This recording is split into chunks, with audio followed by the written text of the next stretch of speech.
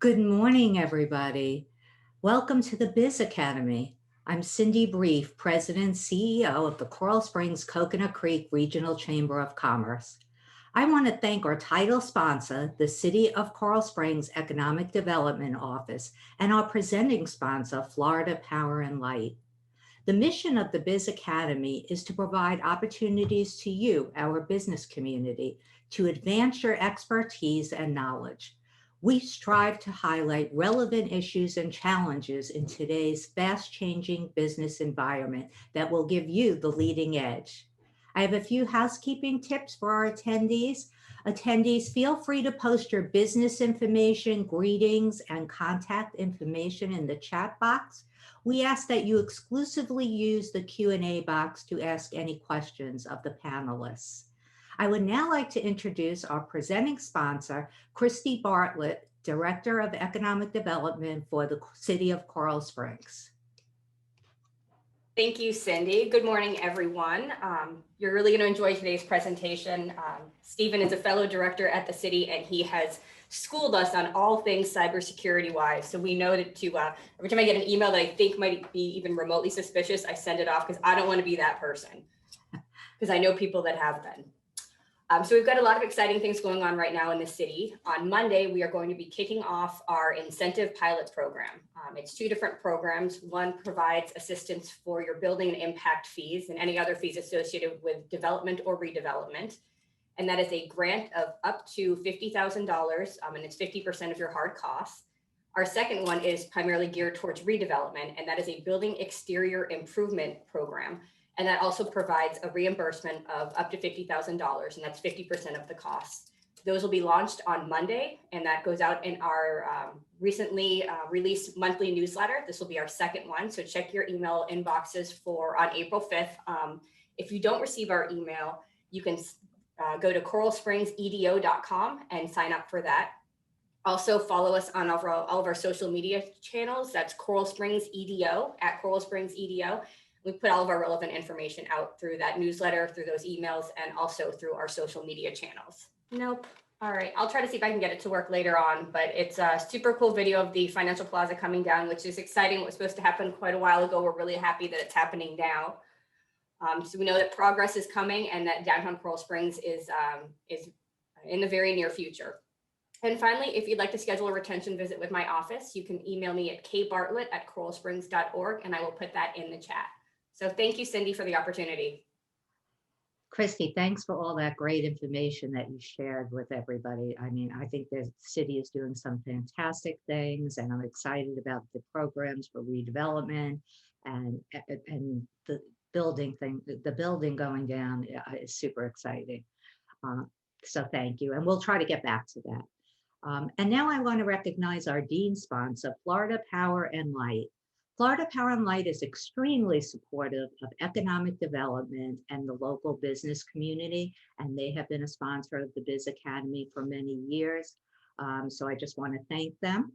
And we are going to move on to our distinguished panel of cybersecurity professionals who will share with us how to keep our records and intellectual property secured. Our first speaker is Stephen Dyer, Director of Information Services for the City of Coral Springs. Stephen, thank you so much for joining us here today. Thank you very much. So I'll give you a real quick brief rundown of who I am and where I came from. I've been in local government. I started in Broward County about 30 years ago, right out of high school.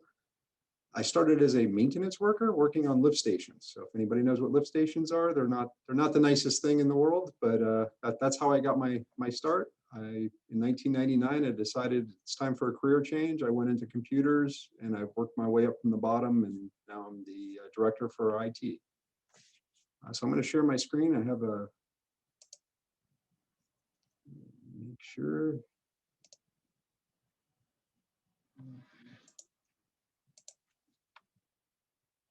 Can everybody see my screen?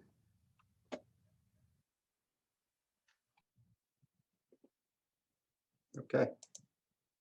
All right. So why am I here talking to you? Why is this panel together? So let me give you some statistics. Cyber crimes are expected to be $6 trillion industry by the end of 2021. That number, I mean, when you start hearing these numbers of trillions of dollars, it doesn't, but let me break it down to something that makes a little more sense to most people, because to me, to wrap my head around $6 trillion is it's kind of monumental. If you divide $6 trillion divided by 365 days a year, then you divide that by 24 hours in a day and divide that by 60 minutes in an hour, we're talking about $11.4 million a minute. That's what it takes to hit $6 trillion in a year.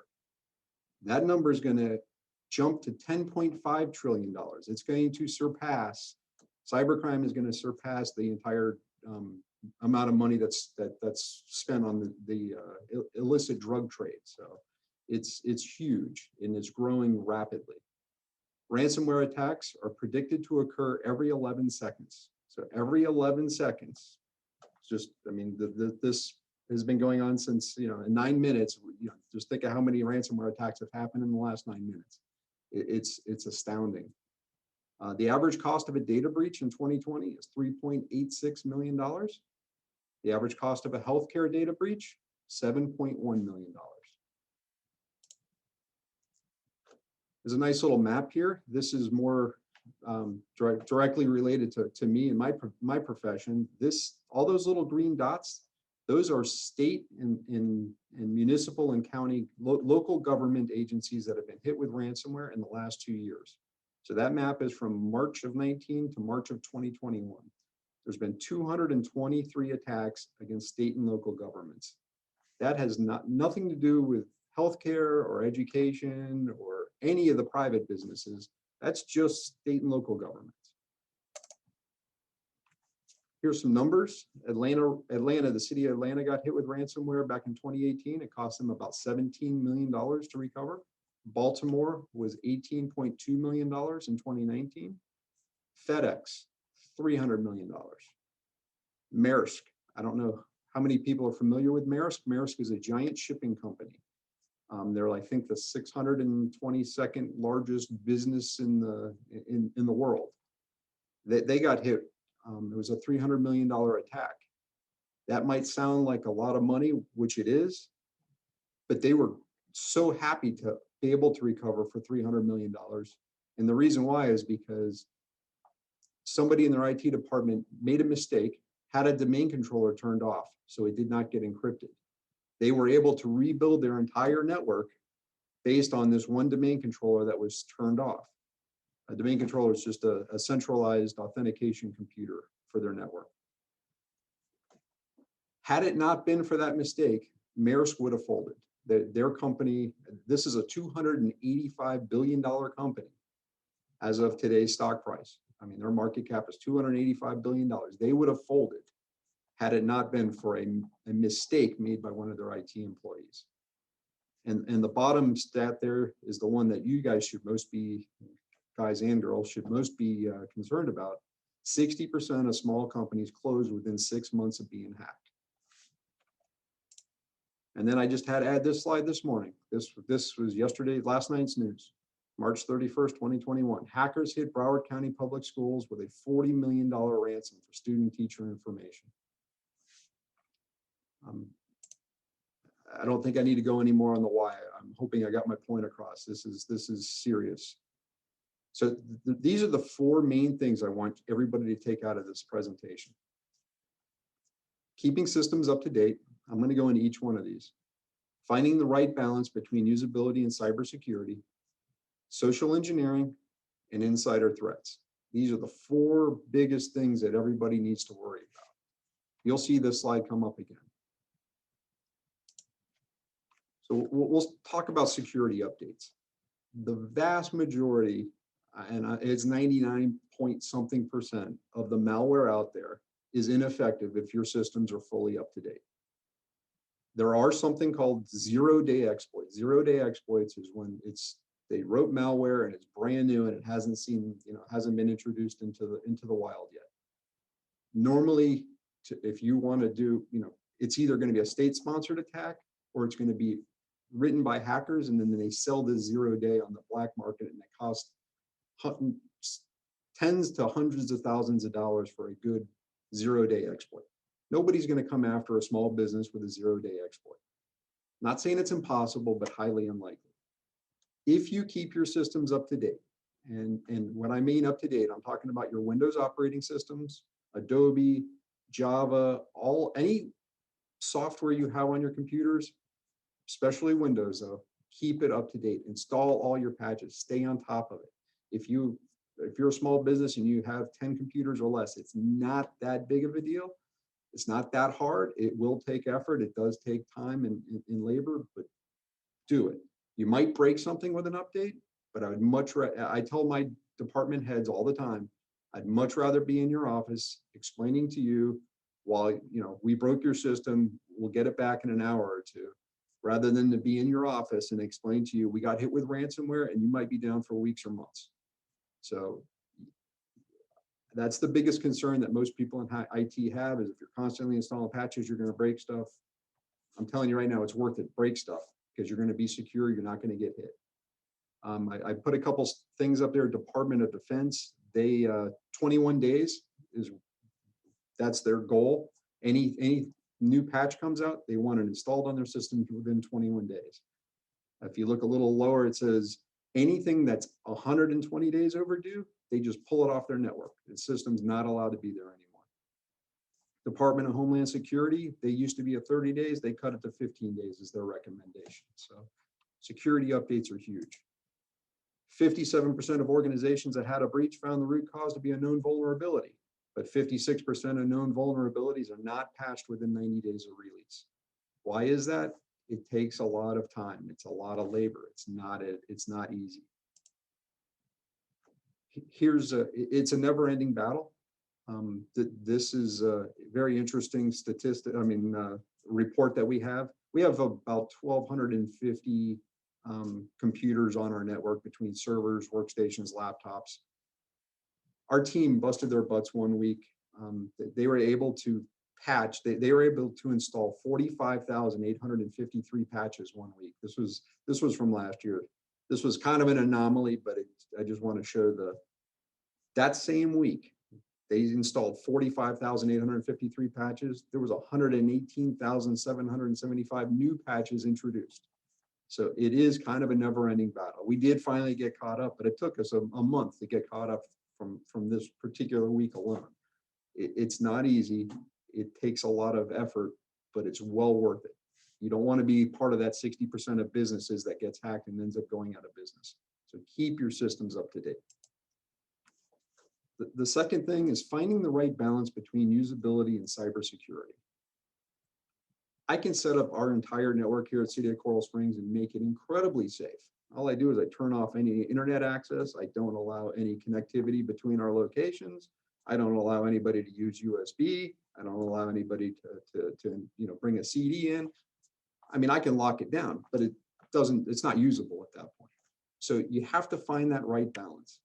My biggest recommendation is bring in an expert, either hire an IT expert or use one of the local companies to come in and do an assessment and do penetration tests. So you should do a penetration test at least once every other year, at a minimum once every 2 years, and maybe once every 6 months, have somebody who's an expert come in and make sure you have that right balance between usability and cybersecurity.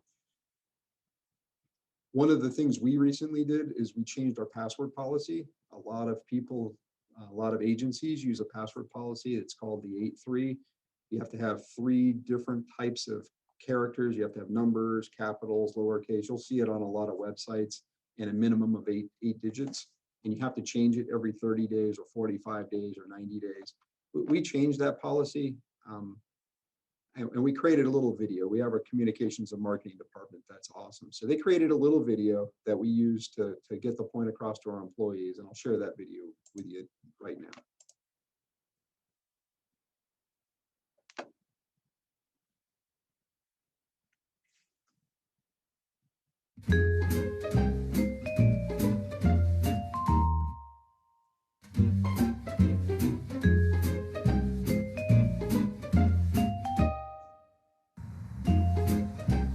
Do you suffer from SPRD? Are you tired of resetting your password every 3 months? Have no fear, the new password protocol is here. Go to this website and type your current password. You'll see instantly that it is less secure than a 14-character password and how quickly it can be cracked. First, think of a password that is 14 characters. It must be 14 characters long. No longer will you be required to have special characters, numbers, or capitals. After you verify it takes 1 century or more to crack, we can now move on to changing your Coral Springs Windows password. As you can see, we changed our password policy. We make sure that it takes at least a century or longer to crack using that algorithm. And that website that I posted, that was on that screen, you're not going to be able to access it. That's an intranet site, but it's used, it's open source code that we use to create that website. I will send a link to Becky and she can distribute it to everybody of a publicly accessible website to where you can test your passwords to make sure that they meet a minimum of a 1 century. One thing that we do internally is our security team takes the encrypted passwords from everybody and they run them on a computer. And it's a very, very expensive computer. It's got these huge graphics cards and tons of memory, and they're constantly trying to crack our passwords. This is my team. If we crack somebody's passwords, we will call you and say we got to change it again, because most of the time it didn't meet the 100-year minimum that we instilled. But it's little things like that. It's finding that that balance between usability and cybersecurity. I know it's a pain to type in a 14-character password, but if it helps protect us, it's worth it. We go back to the next item is social engineering. So social engineering is basically, humans are the weakest link when it comes to cybersecurity. There's no way around it. I mean, we have all kinds of tools out there that are 99.9 something percent effective. Humans are about 98.7% effective when it comes to cybersecurity. Social engineering, think of con men. Con men people have been getting conned for years, for centuries, for probably since the dawn of time, since humans were around. People have been getting conned.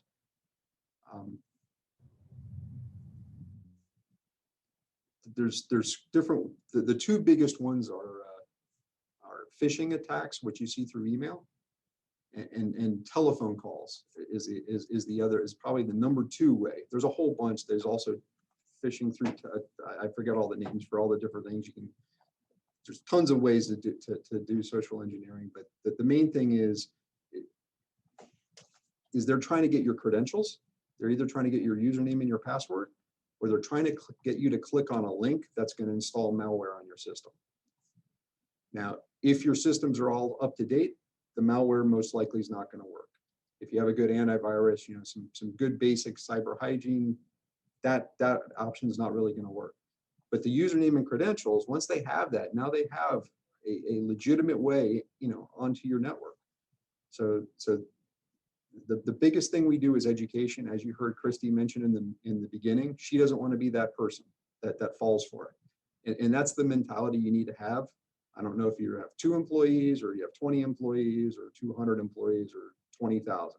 That's the mentality you need to have in your business. You need to make sure that everybody understands. You need to educate them.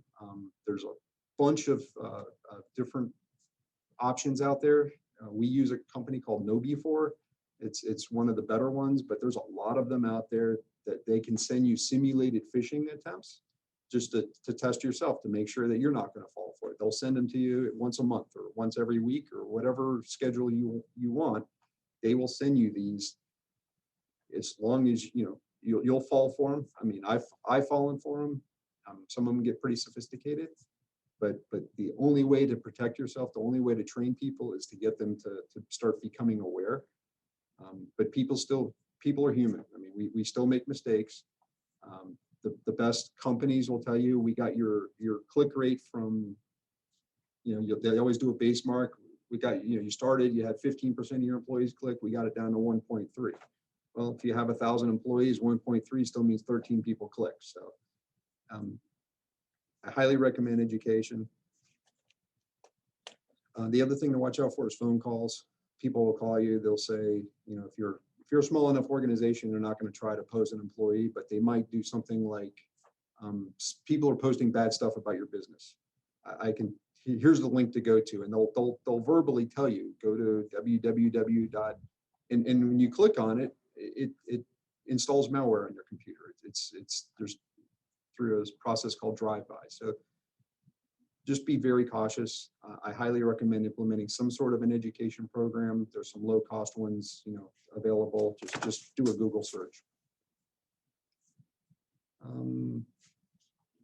Ultimately, social engineering is they're trying to, they're trying to exploit human emotions. Is the whole purpose of social engineering.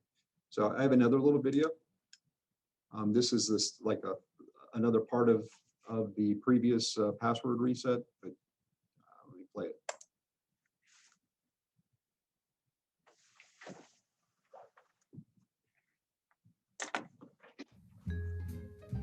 Voila, you are now, and the new password is 14 characters long.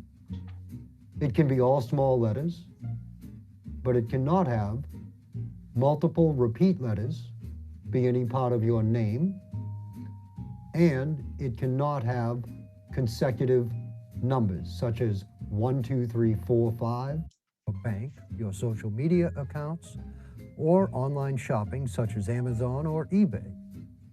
This password is for the city accounts only and should be kept secure. Make sure it takes 100 years, 1 century to crack your password. One eternity later. Congratulations, it now takes 1 century or more to crack your password, unless you left a sticky note attached to your monitor with the password written down or another piece of paper on your desk.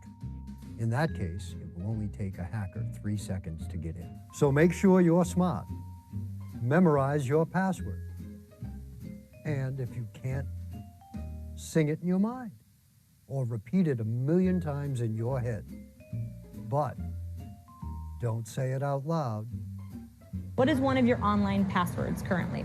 It is my dog's name and the year I graduated from high school. Oh, what kind of dog do you have? I have a Chihuahua Papillon, And what's its name? Jameson. Jameson.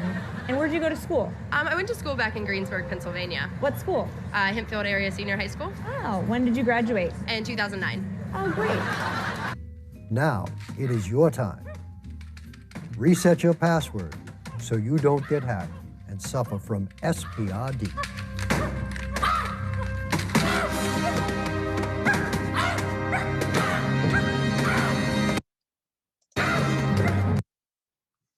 We try to keep things light and entertaining, so people pay attention and they want to follow along. But that clip was from Jimmy Kimmel, actually. But that's a perfect example of social engineering. Just they got a camera on you, and next thing you know, you're telling them stuff that you shouldn't be telling them. So that gets me to my last point: insider threat. Now, a lot of people don't really pay attention to insider threat, but insider threat is another big way that people are getting compromised. So it could be a former employee who still has inside knowledge of how to log onto your network. It could be an upset employee, somebody who knows they're upset with the company, they're upset with you, they know they might be getting fired soon. It could be a compromised employee. This is actually way more common than you would think. This is somebody who might have an addiction problem, or they owe gambling debts, or there's a lot of times people know that that they'll find out about it. It's kind of an underground thing. Is like, if you install this, you take this USB stick, plug it in your computer, we'll give you $5,000, and because you are an authenticated user and you plug this in, it's gonna send ransomware around. If you get caught, just say you found the USB stick on the ground and play dumb. But there's a lot of stories of that happening. So it could be a compromised employee. And a lot of times insider threat, it's not even malicious. It could be somebody who just, you implemented security controls. They're just trying to make their job easier, so they're bypassing the security controls. That kind of gets back to number two, finding the right balance between usability and cybersecurity. So I don't have any, slides on insider threat, but it is something to pay attention to. Keep an eye on your employees. Make sure your employees, if you see any potential, issues with them, talk to them. Let's make sure that's not a problem. Make sure the education piece back that I was talking about with social engineering, make sure they understand the threat so that they're not trying to bypass your security controls. It's really education is the biggest thing I can recommend for your organization, for numerous reasons. Keep your systems up to date, find that right balance, make sure everybody's aware of social engineering, and keep an eye out for insider threats. It's a good quote that I found. The only thing harder than defending yourself against ransomware is explaining to your CEO and customers why you did not protect yourself from an attack. And with that, I'm going to open it up to questions.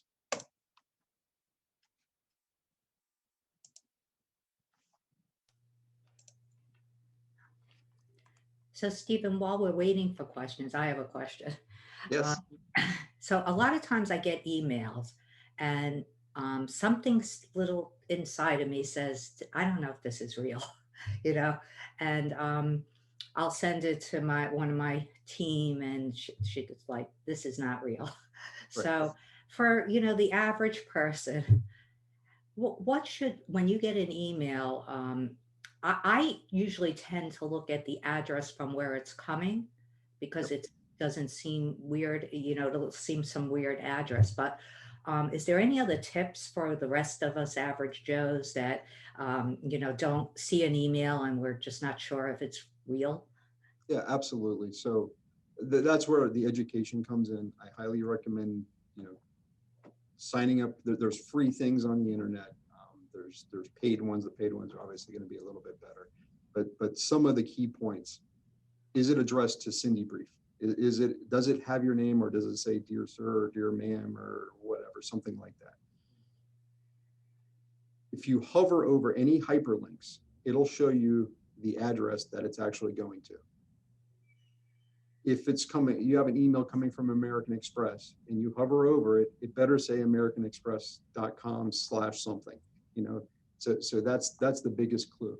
The problem is the hackers will set up a fake domain and they will change one letter. Like they'll change the letter L with a capital I, so if the address, American Express doesn't have an I in it, but and any address that has an I in it, they'll use a lowercase L or something, or if it has an L in it, they'll change it with an uppercase I.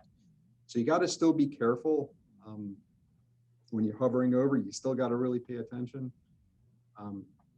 There's a ton of different things. Those are the top two that I think of right off the top of my head. But Christy's taken the training.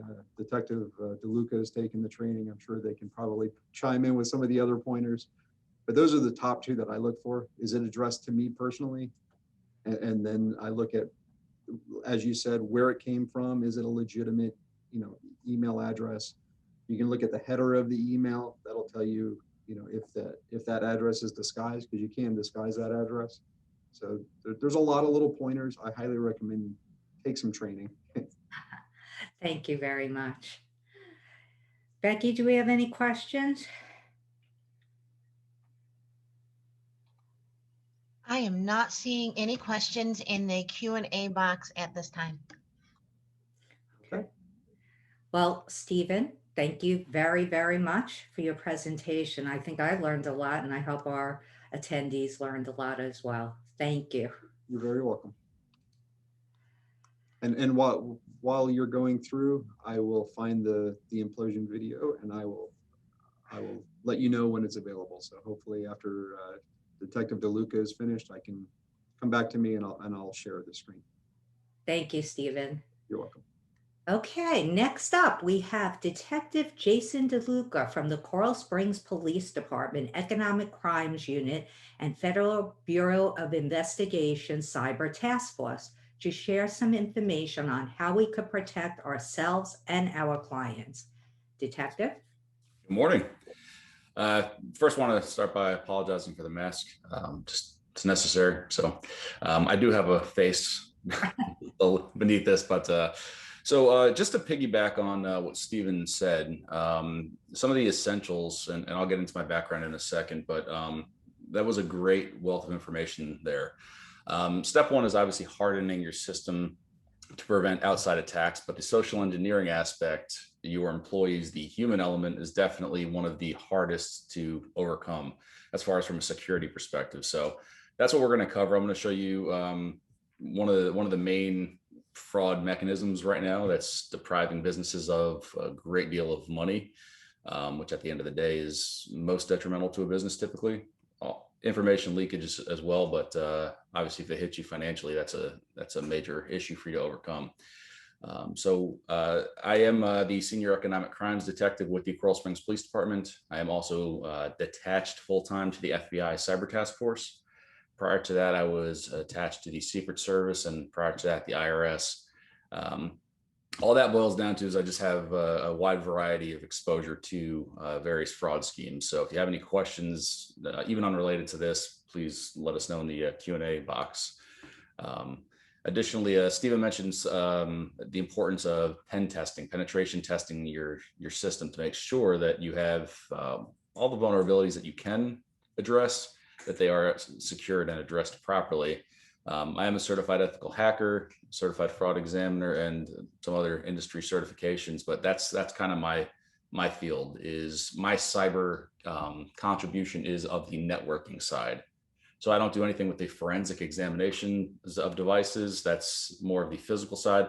I'm more in the networking atmosphere. So again, if you have any questions on that front, please reach out to us. I'll actually send you my email right now in the chat box. I also operate a training company, Enigma Solutions, which is a part of what this presentation is from, just a little snippet, which helps address businesses and their needs for compliance and again, preventing the security vulnerabilities that can be prevented. So if you direct your attention, let me just share my screen here. Okay, can everybody see the screen right now? Should be blank blue. Yeah.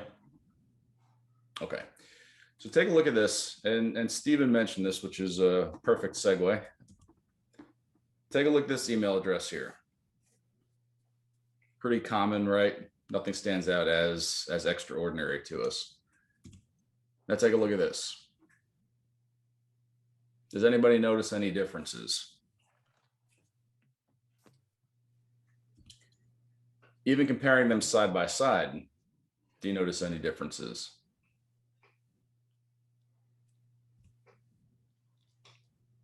When we change the formatting of the text, just capitalize it, we see that the top one is Bill Smith, the other one is BIII Smith. But very hard to make that distinction, especially if you're not looking for it. Here's another example, Nigel Buzzington. Do we see any differences between the first email and this? What about this third option here? Third one's probably a little more conspicuous.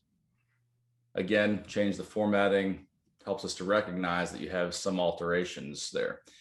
Now, obviously, you are more susceptible to these vulnerabilities if you're using a free service like a Gmail, AOL, Yahoo, because of this factor, because you can craft the username for the email account. If you do have a business domain, it's a little more difficult, a little more challenging for the suspect, because they essentially, unless they go the route of creating a fictitious domain to represent or to replicate yours, then all they can really do is alter that display name.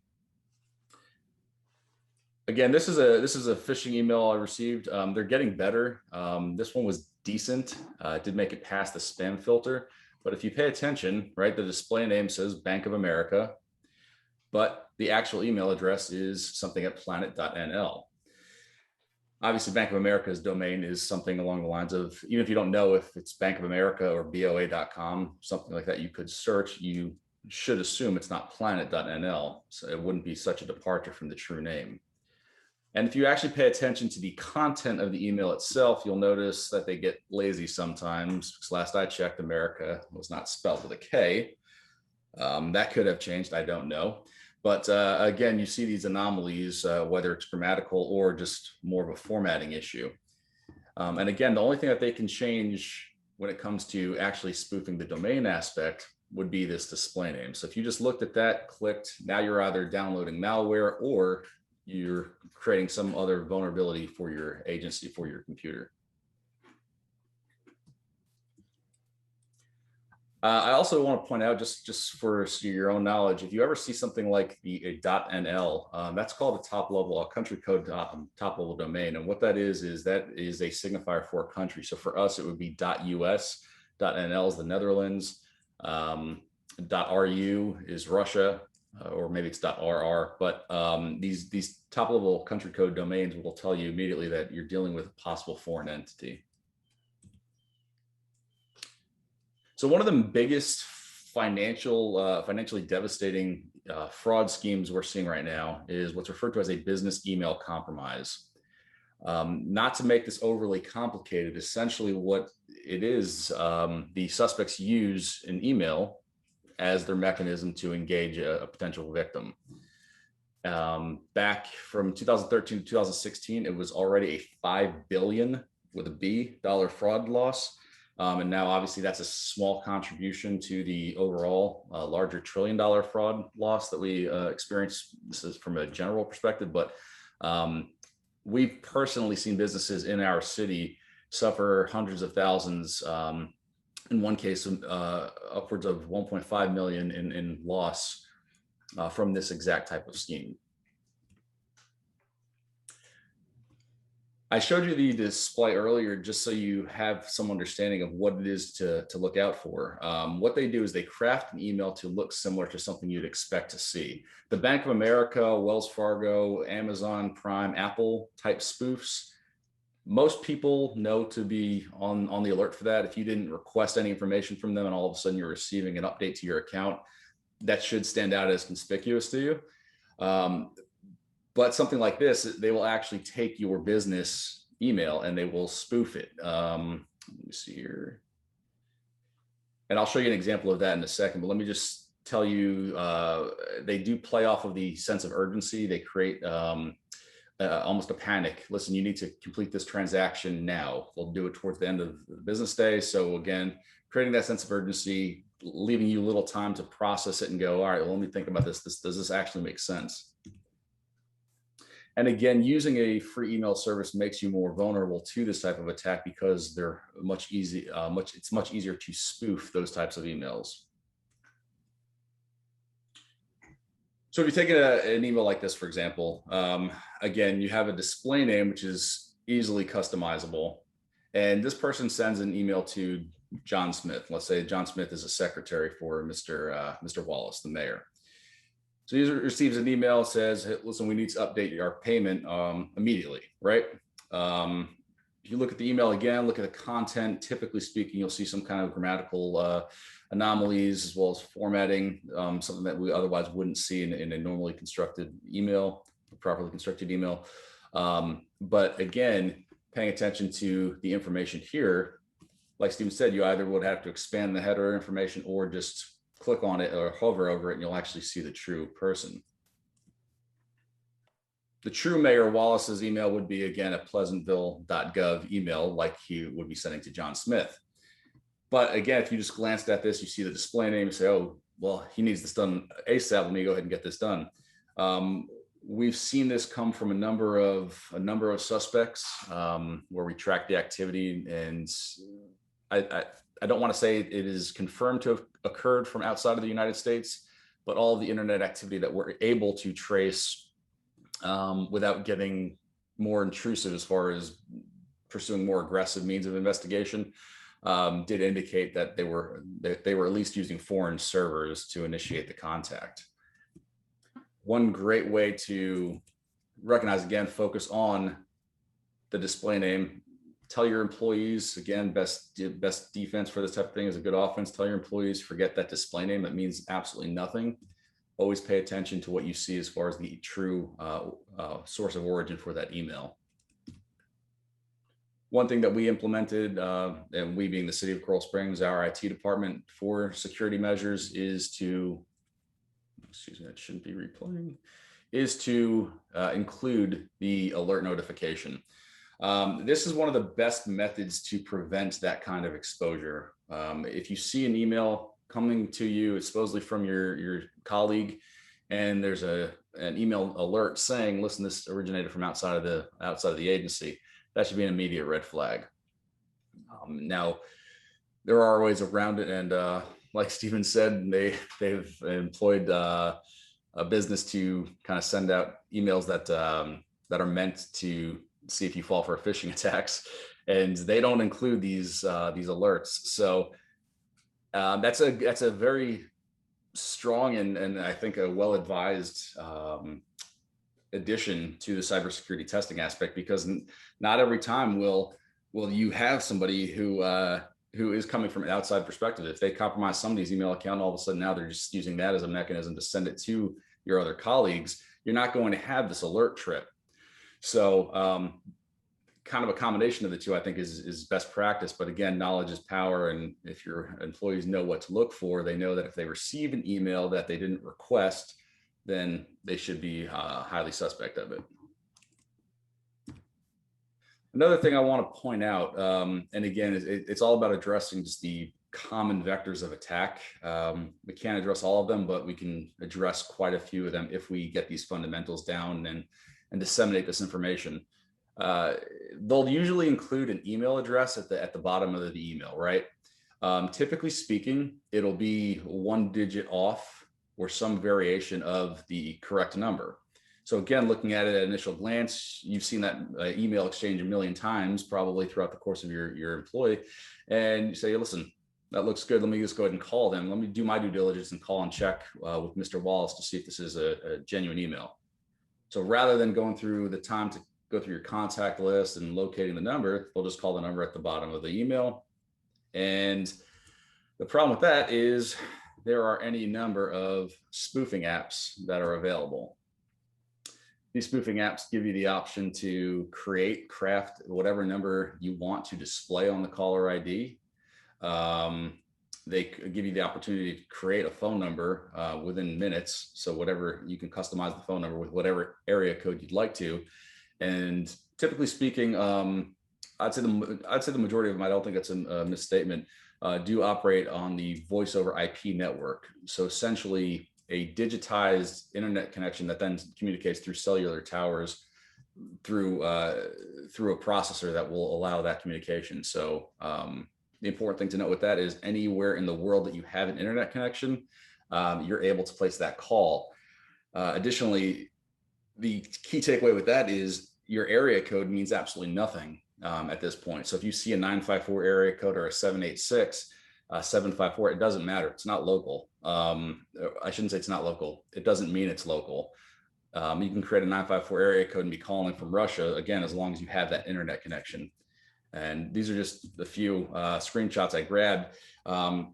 Interesting with this app here, you can actually craft sound effects in the background. So again, not so much on the business email compromise side, but if you receive one of these random calls, sometimes they'll utilize the grandparent scheme where they'll say, hey, grandpa, this is your grandson, Johnny.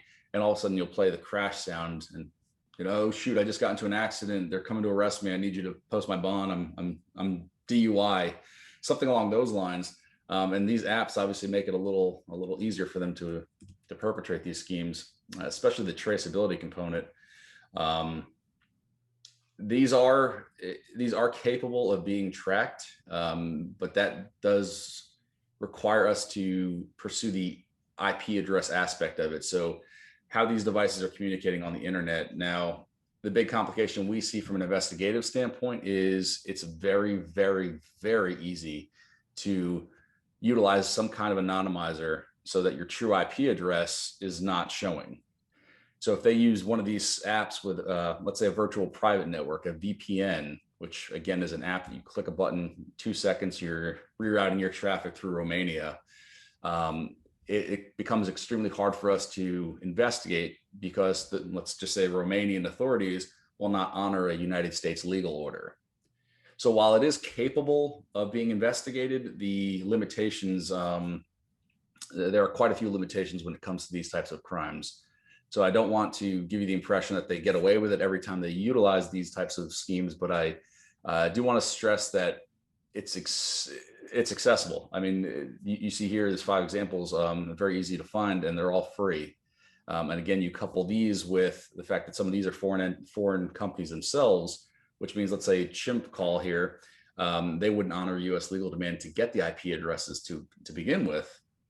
And even if they were to, we find out the IP address comes back again, let's say to Russia. Again, Russia's not going to give us any information as to what the true IP address was of the user of their organization.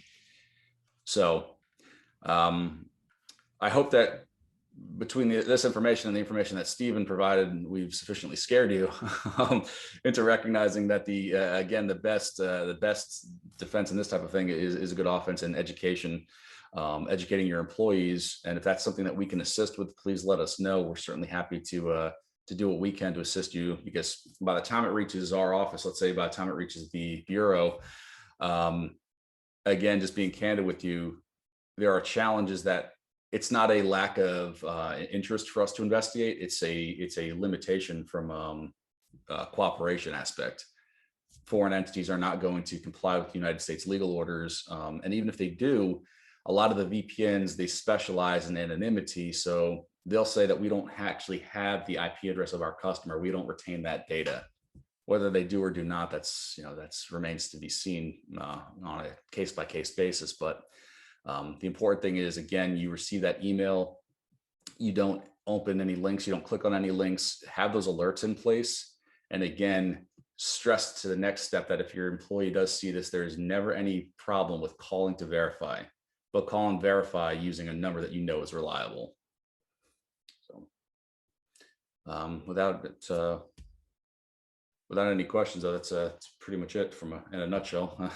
We could talk about this all day, but I don't want to put anyone to sleep with it. So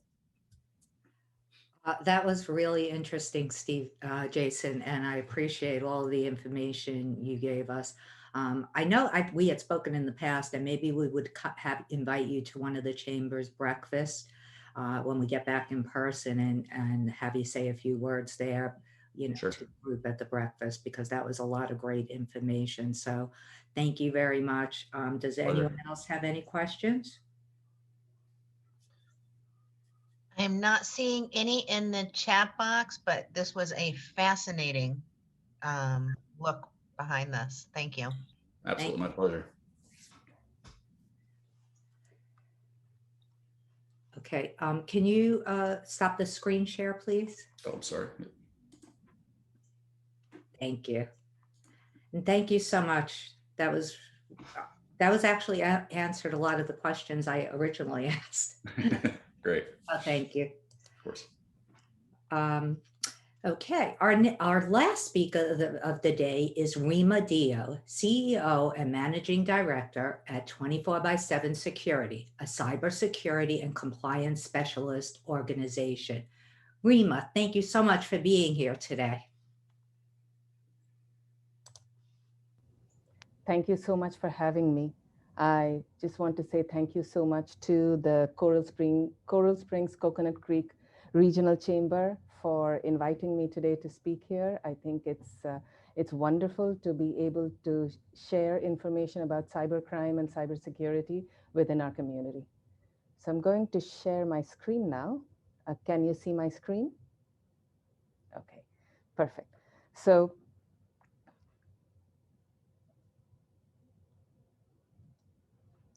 a little bit about myself is I had worked in Citigroup in the financial services sector for 25 years. So after having worked in a large multinational organization spread over so many countries and so on, and decided to move on to a small business. So at Citigroup, I was responsible for risk technology, all sorts of applications, information technology for risk technology applications for 23 countries in Latin America. So that was very interesting. Got to meet some very interesting folks, ate some good food. So really had some fun traveling around Latin America as well. Then after that, like I said, I decided to try my hand at a small business. I've been with 24/7 security for the last 6 years. And it's been very interesting. I've been able to utilize or leverage a lot of my experience from the large financial organization into my role here, because we always did a lot of work related to cybersecurity and compliance at Citi. And here I've kind of been able to get focus on developing our business, and as well as gaining a lot of certifications like healthcare information security and privacy. I'm a cybersecurity information security manager. I've got an auditing certification, as well as I'm a qualified security assessor for PCI, which is the payment card industry standard. A little bit about our company. 24/7 security, based right here, headquartered in Coral Springs. We are a registered provider organization for CMMC, which is Department of Defense cybersecurity certification. We also are a qualified security assessor for the payment card industry. As I mentioned before, we've got a couple of award-winning services like HIPAA compliance and CMMC. We're very happy that as part of the community, we won the Business Excellence Award from the City of Coral Springs last year in 2020. Our basic goal, our mission, is to help protect businesses from cybercrime and help them stay compliant with different regulations like HIPAA, like frameworks like PCI DSS. And also we help our clients implement different security frameworks that basically put everything in place, get their cybersecurity roadmaps in place, like ISO 27001 and a lot more. So an outline for today, I'll try not to repeat as much as possible. I'll try not to repeat what Stephen and Detective Jason DeLuca already mentioned. But of course, I do plan to touch upon some of the top cybersecurity risks, especially for small businesses, talk about the impacts of cybercrime, and what steps you can take to protect yourself from cybercrime, right? Again, I'll go through this really quickly. This is an example of an email from CDC, the Centers for Disease Control, last year, about a little over a year ago, just when we were learning about the coronavirus. And as you can imagine, this is a phishing email. And as we talked before, it's, if you hover over the name, over the sender, this is clearly not cdc.gov. They have basically, this phishing email really tries to leverage or capitalize upon our need to get more information, especially about latest events going on. And in this particular case, it was to learn a lot more about COVID-19. And here they're talking about an updated list of new cases around your city that are available. So obviously this is something that is inspiring you to click on this email, or this link, sorry, so that you can go through the cases above and avoid potential hazards. And who does not want to stay safe, right? And as you can see here, iplowllc.com has nothing to do with CDC. So again, we have thousands of these every day, hundreds of thousands of these every day that are penetrating our networks. So phishing, Stephen and Detective Jason DeLuca already talked about social engineering, they talked about phishing, they talked about ransomware. So just want to quickly touch upon this. As we know, phishing commonly leads to a ransomware attack. But I just want to highlight something, is that we are in the midst of a global pandemic, but long before the COVID-19 outbreak, we were already in the clutches of another disease, and that is ransomware. So we have been in a ransomware pandemic for years. And ransomware attacks have literally plagued organizations worldwide, costing billions of dollars. And you saw some of the statistics earlier today. So even over the past year, which has been particularly harrowing for individuals and businesses alike, one would expect a little bit of consideration, but rather there has been an unprecedented surge in the number of ransomware attacks, actually. Public and private sector has been impacted.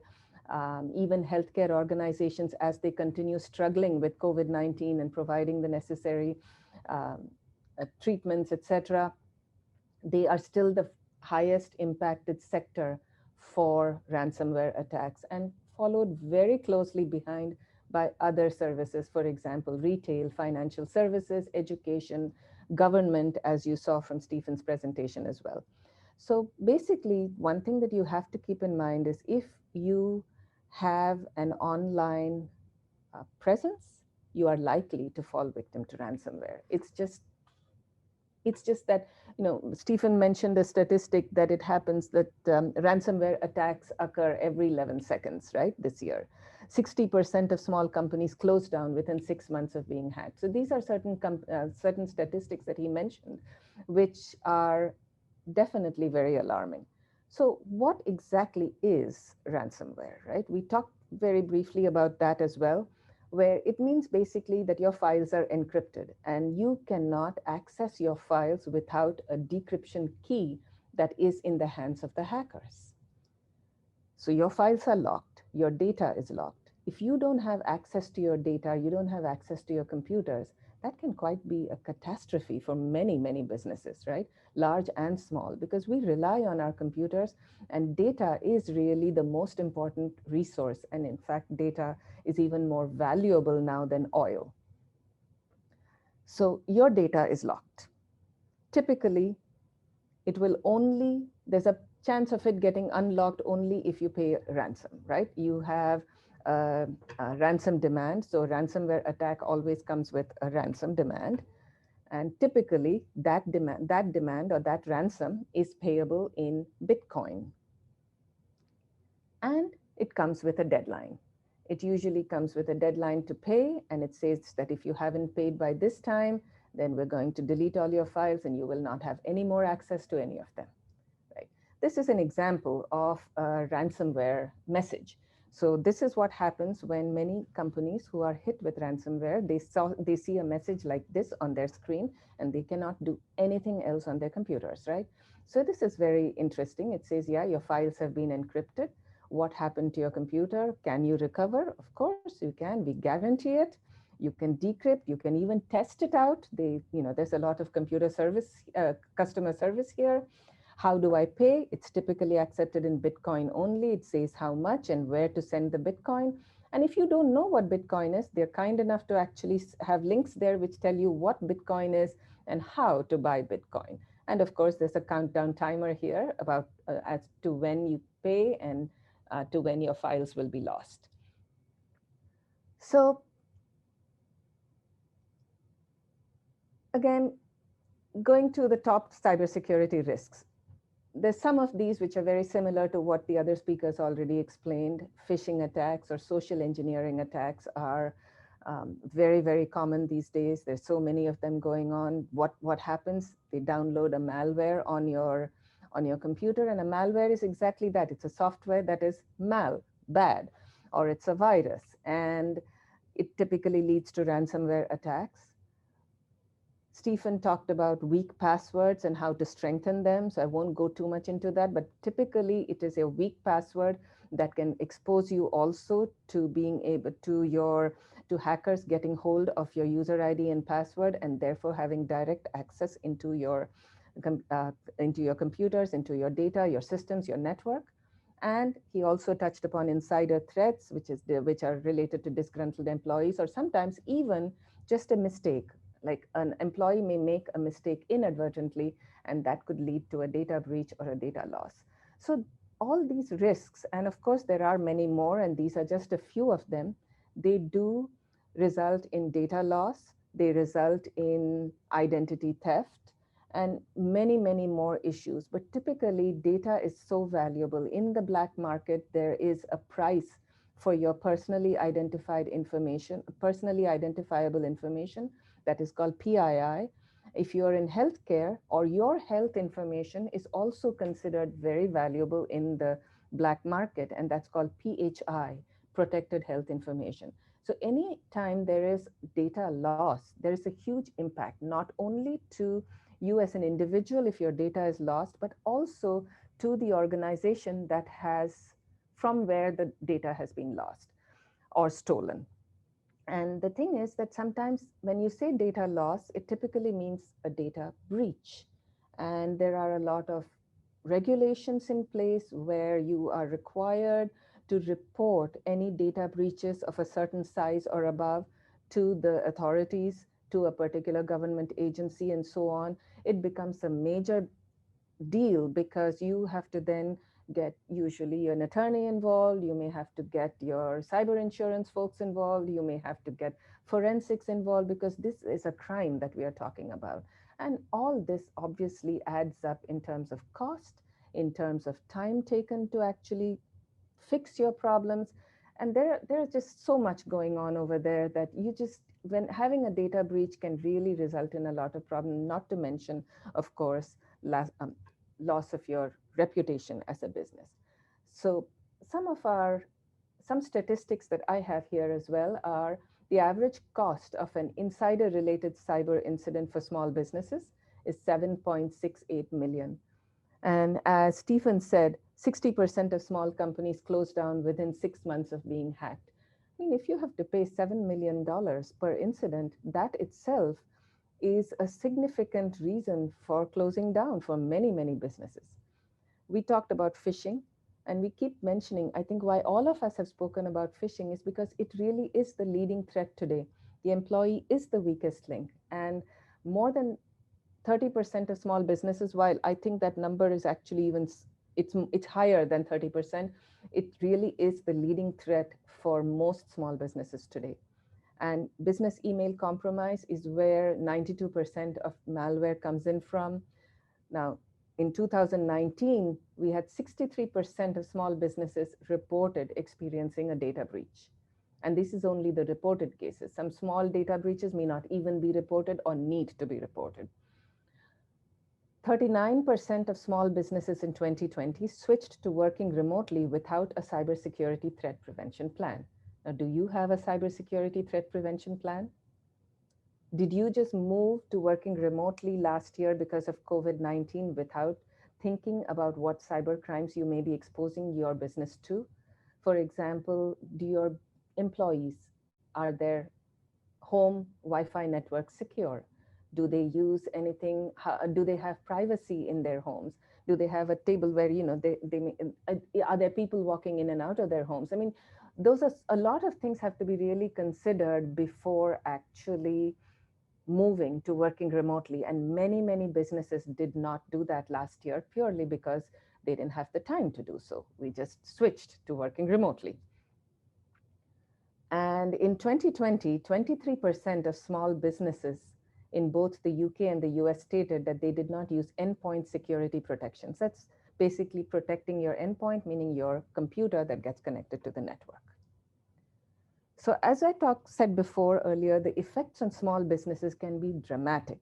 Obviously, loss or damage to private data, the loss of income. So if you're not able to use your data, if you're not able to provide services, obviously you are going to have a loss of income.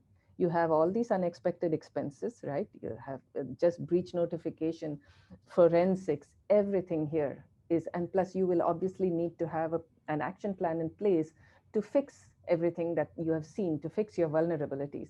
And most importantly, also your business reputation is impacted.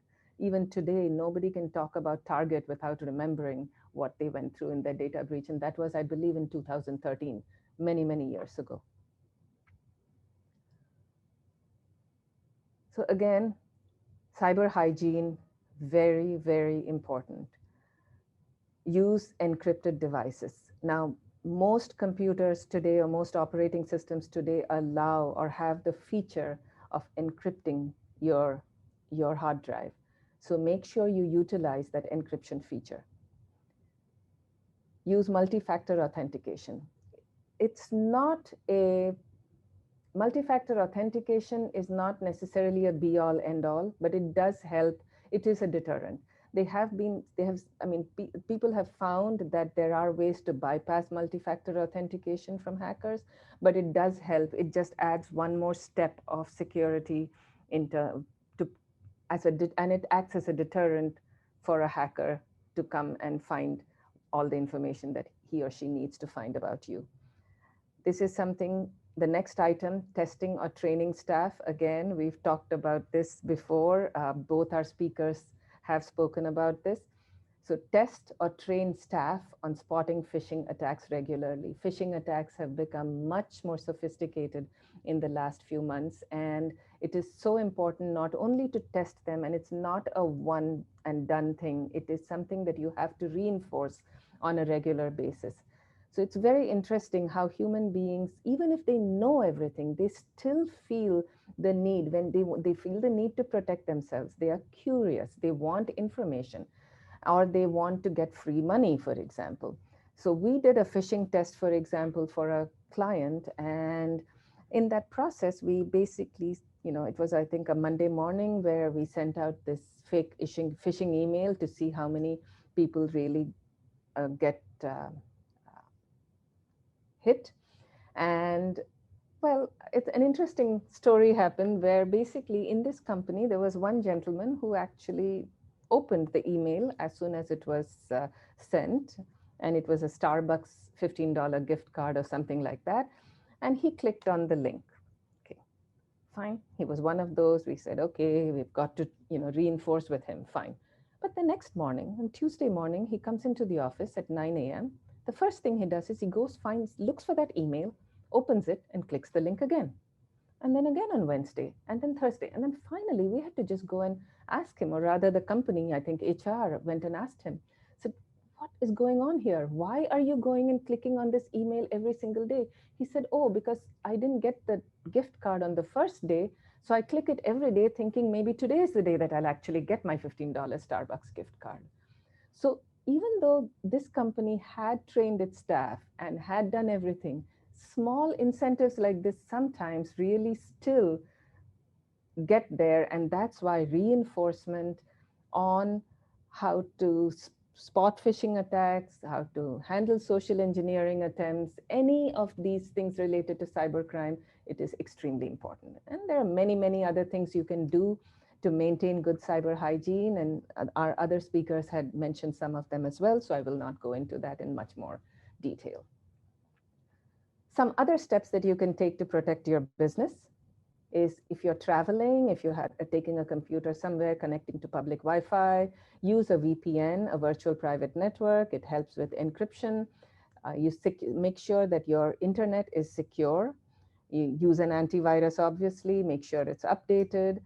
For businesses, we also recommend performing a security risk assessment annually. Every business must have a cybersecurity roadmap. So if you perform a security risk assessment, you would know essentially what your most important vulnerabilities are, and then you can prioritize addressing them on an ongoing basis. If you have regulations that you have to maintain compliance with, like HIPAA if you're a medical office, if PCI DSS, again, is not a regulation, but it's a standard. If you accept credit cards to take payment for your services, then again, PCI DSS is an important standard that you can abide by, and that will help you not only get secure, but maintain yourself in a reasonably secure fashion. And of course, consider buying cyber insurance. Many companies now, many clients require their service providers to have cyber insurance. So it's one small tip that I'd like to suggest there. If you are looking for cyber insurance, when you go shopping around, they usually give you a long questionnaire that you have to fill out, and you have to answer a bunch of questions. Do you have policies, procedures? Do you have this? Do you protect yourself this way? And do you use encryption? A bunch of questions like that. And as you go through that questionnaire, please resist the urge to just say, yes, I do all this, unless you're actually doing it. Because if they find a discrepancy between the way you've answered that questionnaire and what your reality is, then when the time comes that if you have a data breach or an attack of some kind, a cyber attack of some kind, they may not pay if they find that discrepancy. So today we just touched upon some of the top cybersecurity risks, especially for small business. We talked about ransomware, phishing. We talked about some other top risks as well, what the impact is on your business, and some steps that you can take to protect yourself from cybercrime. Obviously, those steps are never complete. We can talk about this for hours, but we have only 20 minutes. So, we need to see, so I just mentioned a few items. I trust that from the three speakers, you've got a lot of hints and tips in terms of what you can do to protect yourself. Here's my contact information, and our website has a lot of information as well. We have blogs, we have videos, we have downloadable content offers where you can actually learn more about cybersecurity. And I'd like to end with our tagline, don't risk it, secure it. Thank you. Thank you so much, Rima. We really appreciate your presentation today. I think we've all learned a lot about cybersecurity today, and a lot of our questions were answered by the panelists. I know somebody had reached out to me and asked Detective DeLuca about how to stop spam calls. And I think you typed the response, but if you would be able to answer that question, Detective?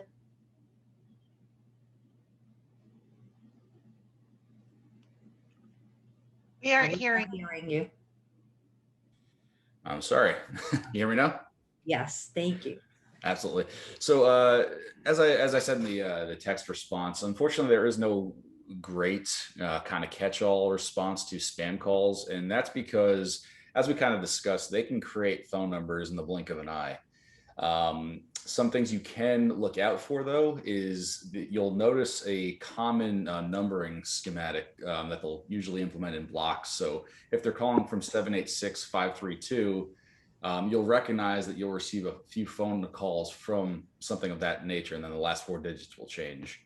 So that'll help you at least prevent answering the call and having to listen to that the pre-recorded video, pre-recorded audio, or whatever the call may be.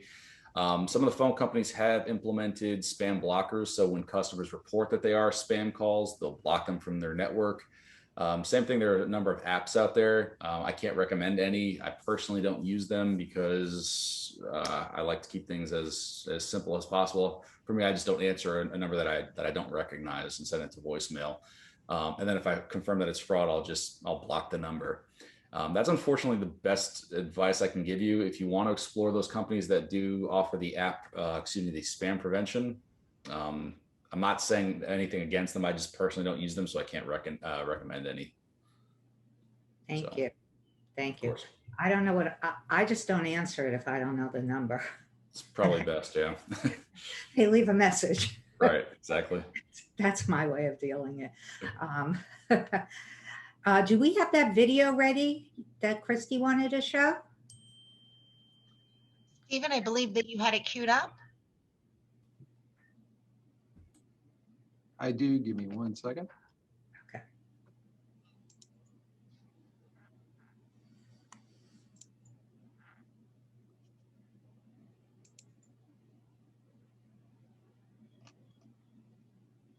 Looks like I'm having the same issue that Christy had.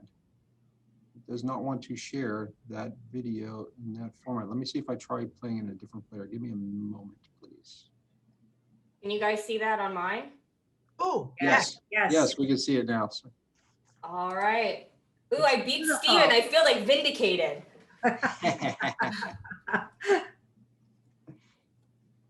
Oh. Wow. Awesome seeing the big part rock.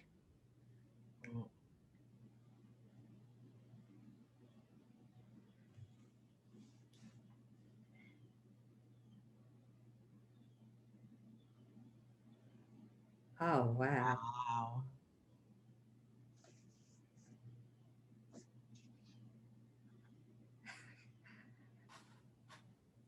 All right, now how do I unshare?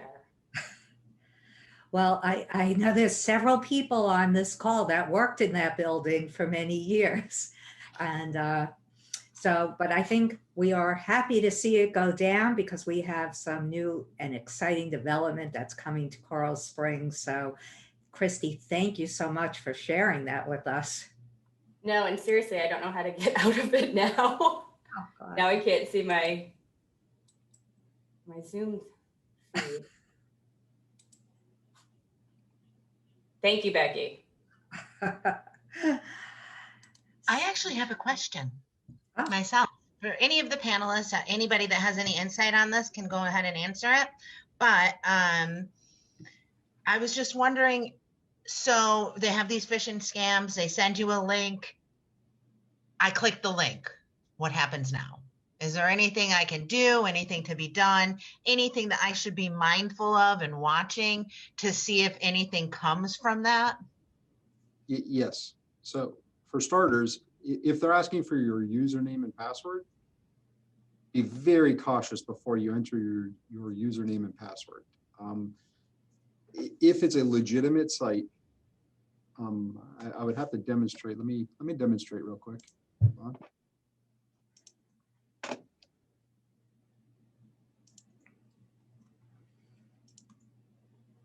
Moment.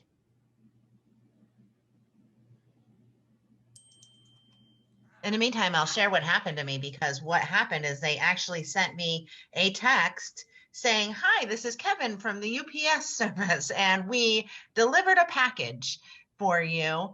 Not even thinking, I was like, because, you know, since coronavirus has come around, I've been ordering a lot of stuff online, not even thinking. I was just like, boom, okay, let me see. And then I was like, how would the UPS people have my phone number to begin with to text me that they left me a package, you know, like those type of things that we just don't think about continually. And just so you know, Cindy, this happened on my mobile phone and my text messaging. So it's not my work computer, and I'm super, super careful about this normally, but you know, just now, what do I watch for to make sure that this doesn't come back to haunt me? Yep. So well, for starters, I sent the list of links to you, Becky. So if you can distribute them out to everybody. So all the statistics that I put on my slides, and there's a link for a password strength meter. So here's a password strength meter where you can test your own passwords. This is a publicly accessible website, so you can start typing in passwords.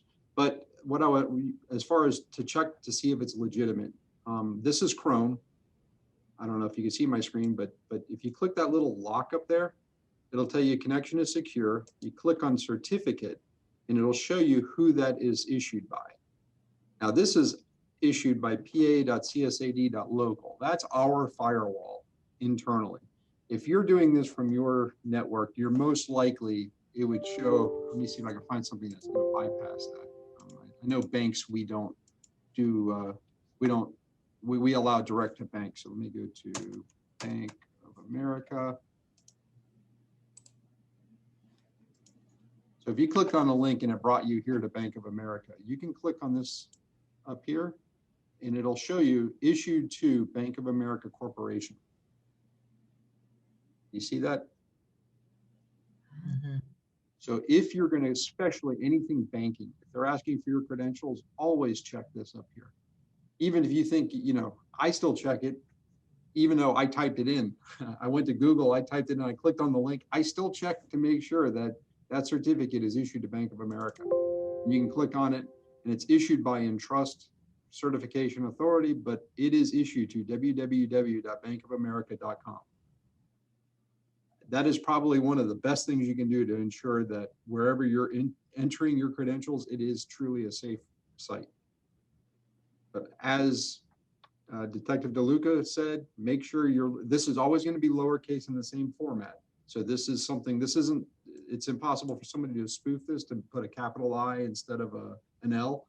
So it's always going to be lowercase, but just look at every individual character. So that's the best thing I can say is that was a great tip. So Yeah. that was great. So that's if they're asking you to put in credentials.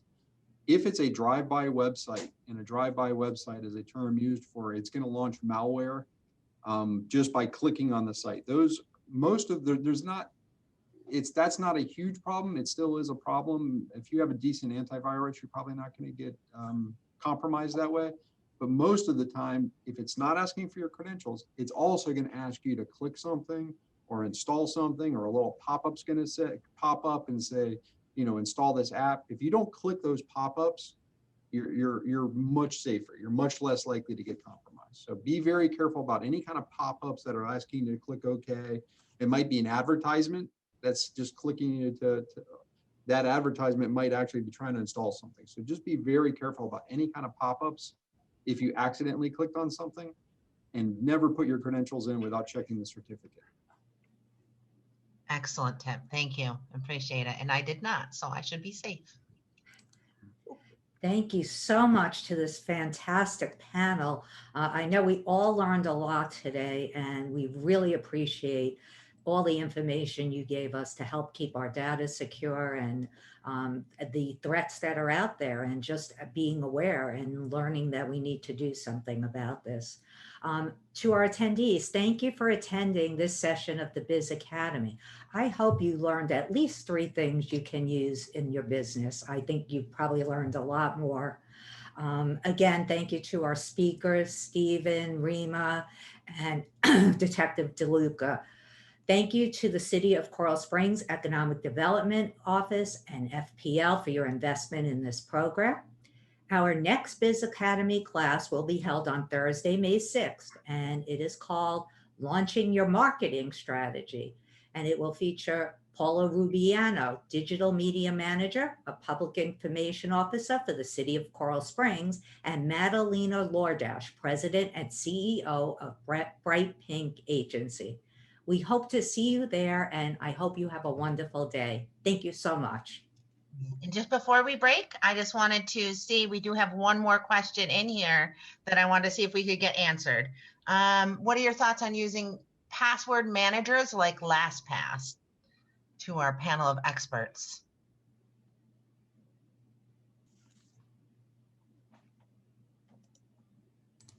So, yeah, I'll defer to Stephen on this, because I'm somebody who I don't trust anything. So if my information's out somewhere, I'm concerned about who else is seeing it. So I'll defer to Stephen on this one.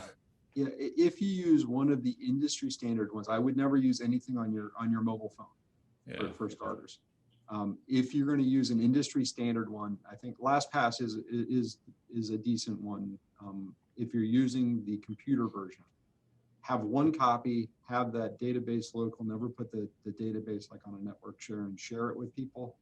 Have one copy, and be very, very careful with that password, and make sure that password, if you're going to have a lot of passwords, that one, use that link that I sent to check your password, and make sure it's in the millions of years to crack it.